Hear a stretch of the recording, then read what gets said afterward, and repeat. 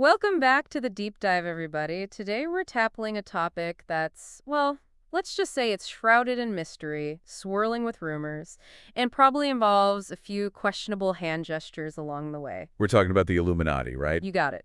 Specifically, all those persistent whispers and legends that seem to link pop stars' fame and this, well, infamous organization. This is juicy stuff. It is, and it's not just about spotting some weird symbols in a music video or reading too much into song lyrics. It goes way deeper than that. We're going to explore the fears, the beliefs, the cultural stuff that makes these narratives so fascinating, so sticky, so hard to shake off, even if you think you totally don't buy into them. Right, like where does this stuff even come from? Why do people believe it? And what does it say about us, about how we see the world, about how we understand success, especially when it comes to these larger-than-life figures in pop culture? Exactly. And to help us unpack all of this, we've got an incredible article from Contemporary Legend, which, fun fact, is an actual academic journal that looks at, well, contemporary legends. So, like modern folklore, the stuff that spreads like wildfire in our society, even if it's not like officially written down in some ancient text. Exactly. This article dives into the whole pop star Illuminati connection through that lens of folklore, which I think is brilliant because it helps us see how these stories function, like as modern-day myths. Yeah, and the internet and social media give them this whole new level of reach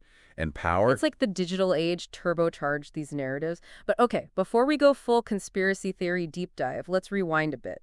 When we talk about the Illuminati, especially in this pop culture context, what exactly are we even talking about? What's the basic picture most people have in mind? So the article lays it out pretty clearly.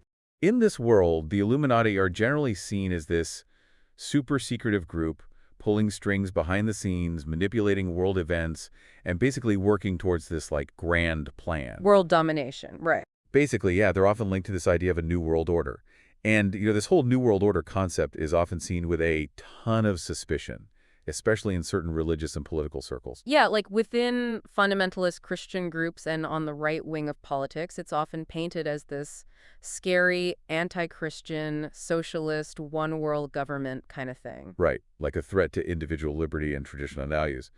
But it's interesting because the actual historical Bavarian Illuminati, the group that actually existed back in the 1700s, was pretty different. Yeah, they're more like a group of Enlightenment thinkers, intellectuals, and politicians who, wanted to promote reason and knowledge and challenge traditional authority. They actually modeled themselves after the Freemasons, using that whole secretive structure. Right, but they were only around for a pretty short time, like they were officially disbanded in 1787. But, as the article points out, the name Illuminati had this staying power. It became this, like, catch-all label for any and all conspiracy theories that involved secret societies and hidden agendas. It's like the name itself became this blank slate onto which people could project all sorts of fears and anxieties. Exactly. And in the 20th century, these ideas really started to gain traction in the U.S., particularly within those religious and political groups we were talking about earlier. And we can't forget the role that popular media played in this. Think about, like, Pat Robertson and his book, The New World Order. Oh yeah, that book was huge. It brought these ideas to a much wider audience. And even fictional works like Dan Brown's Angels and Demons. Yeah, while it's a novel, it definitely tapped into this fascination with secret societies and conspiracies and kind of solidified that image of the Illuminati in pop culture. Right. But what's really fascinating is how these beliefs then made the leap from those religious and political spheres into the world of pop music and celebrities.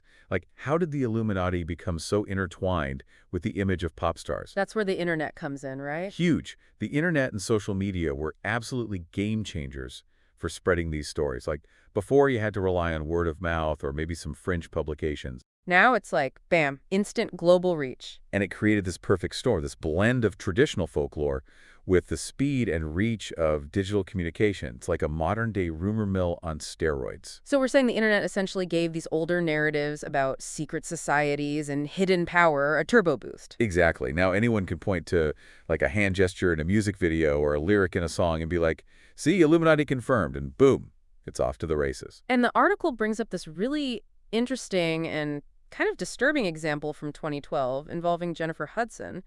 You want to walk us through that one? Sure. So this was a rumor circulating among some college students that was documented in the article. They had heard that Jennifer Hudson's family murders back in 2008, which were, a horrific real-life tragedy, weren't random at all. They were saying it was like a sacrifice. Exactly. The rumor claimed it was all part of this deal she made with the Illuminati to boost her career and, get this, even to help her lose weight. Wow, that's dark. Yeah, it's really messed up. And what's interesting is how the article highlights the difference in how this rumor spread geographically.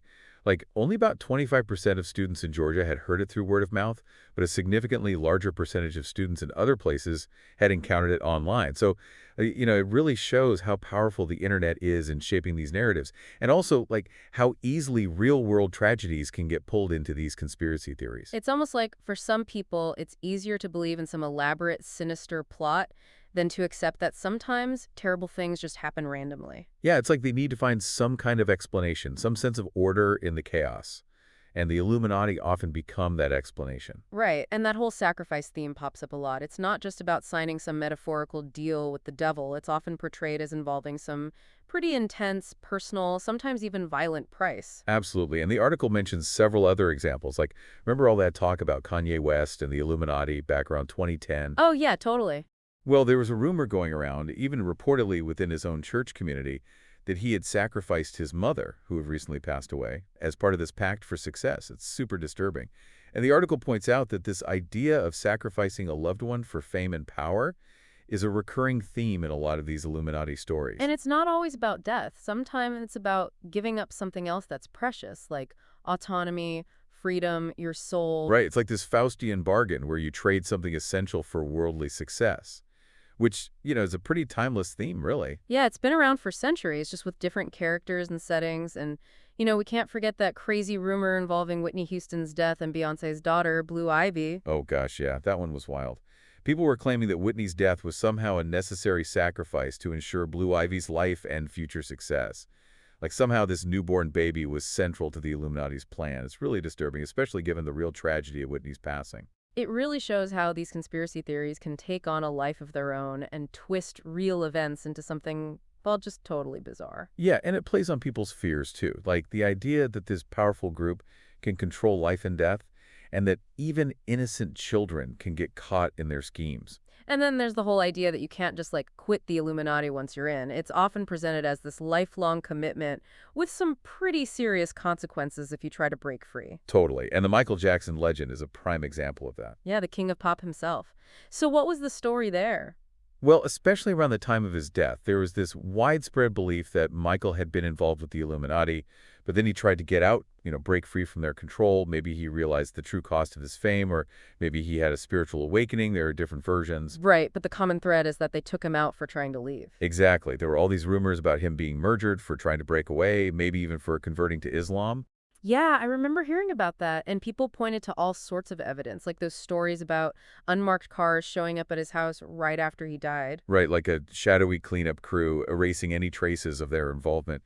It just added to this whole image of the Illuminati as this super powerful, untouchable force operating above the law. It's chilling, but there's also that other variation of the Michael Jackson story, right? The one where he's not dead, but actually in hiding. Oh yeah, that's a good one.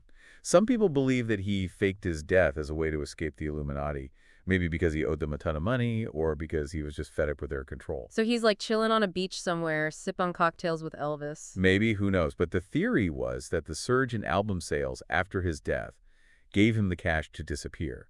And people pointed to things like the supposedly empty casket at his funeral and the presence of triangle symbols as evidence of this elaborate escape plan. Speaking of the triangle, man, that symbol is everywhere in these Illuminati stories. But what other symbols should people be on the lookout for? Well, the triangle's definitely the big one. It's often associated with the Eye of Providence, that eye in a pyramid symbol you see on the dollar bill and other places. The all-seeing eye? Creepy. Yeah, and it gets linked to this whole New World Order idea. But there's also the OK hand gesture. Wait, the OK sign? Seriously. Seriously. In this context, it's often interpreted as representing the number 666. And then there's anything related to eyes, like pointing to your eye, covering your eye, or looking through a triangle, or that OK sign. It's all about the symbolism, man. It's like a secret language. So just a heads up, everyone listening, you might want to rethink how you use those hand gestures from now on. Right. But there are also more overtly occult symbols that get tossed into the mix, like goat heads, horns, anything associated with Baphomet and Satanism. Oh yeah, the Illuminati are often portrayed as having this dark, satanic side. And it's interesting because the article points out that those same symbols, like the triangle, the all-seeing eye, even pyramids, are also central to older conspiracy theories about the Freemasons. So you could see how these different strands of belief kind of intertwine and reinforce each other. Right, it's like they all feed into this larger narrative of secret societies and hidden agendas. Exactly. And the internet has made it so much easier to find and share these symbols and decode their meaning.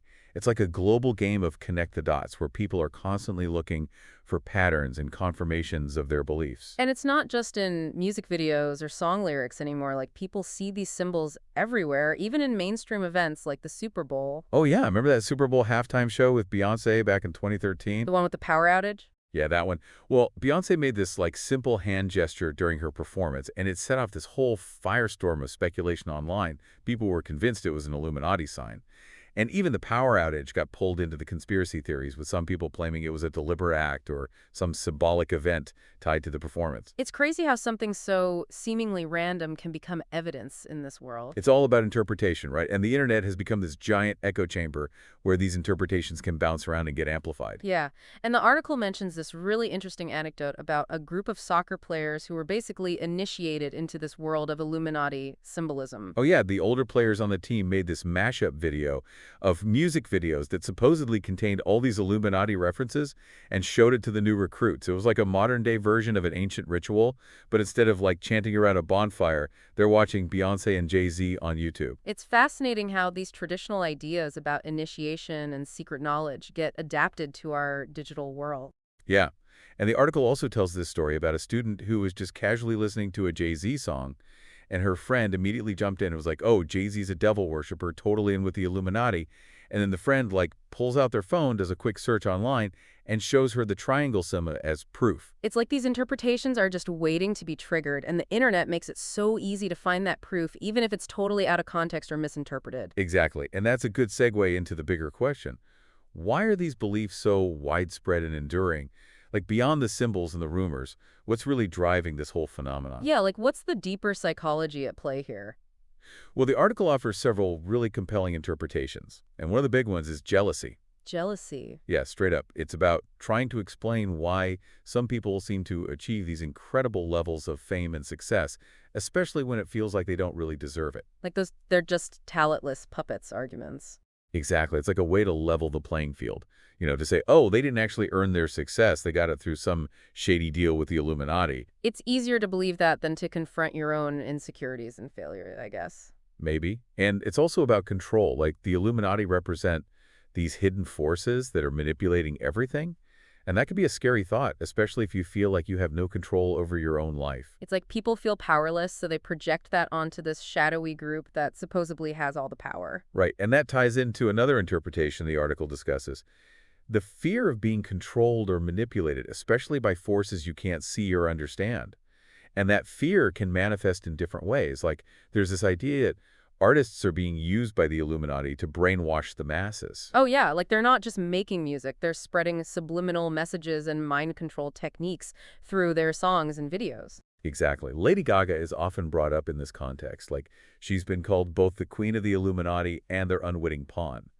People analyze her performances and outfits, looking for hidden symbols and messages. Yeah, even her butterfly imagery has been linked to the conspiracy theories about MKUltra and monarch programming, that whole CIA mind control thing. Right. It gets pretty wild. It's like they're looking for any little detail they can twist to fit into this narrative. Yeah, and the article even mentions this anecdote about a trust fund baby who expressed a desire to join the Illuminati because they saw it as a path to power and influence. So it's not always about fear. For some people, it's actually aspirational. They want to be part of this elite group, even if it means sacrificing their morals or their freedom. Yeah, it's like joining a super exclusive club, but with really dark initiation rites.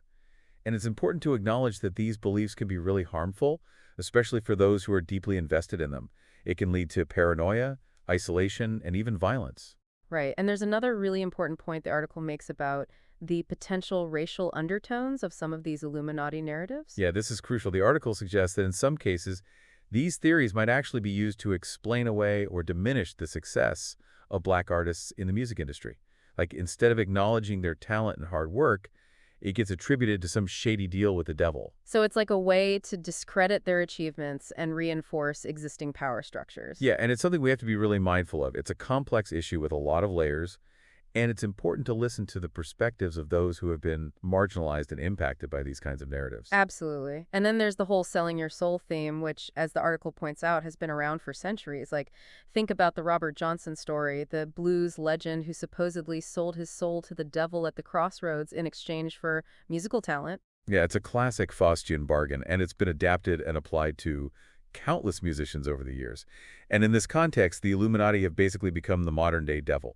Like, they're the ones offering fame and fortune in exchange for, well, something precious. And it's not just about initial success, it can also be used to explain changes in an artist's image or musical direction. Totally. The article mentions the Jonas Brothers as an example, like when they shifted away from their squeaky clean image to a more edgy, mature vibe.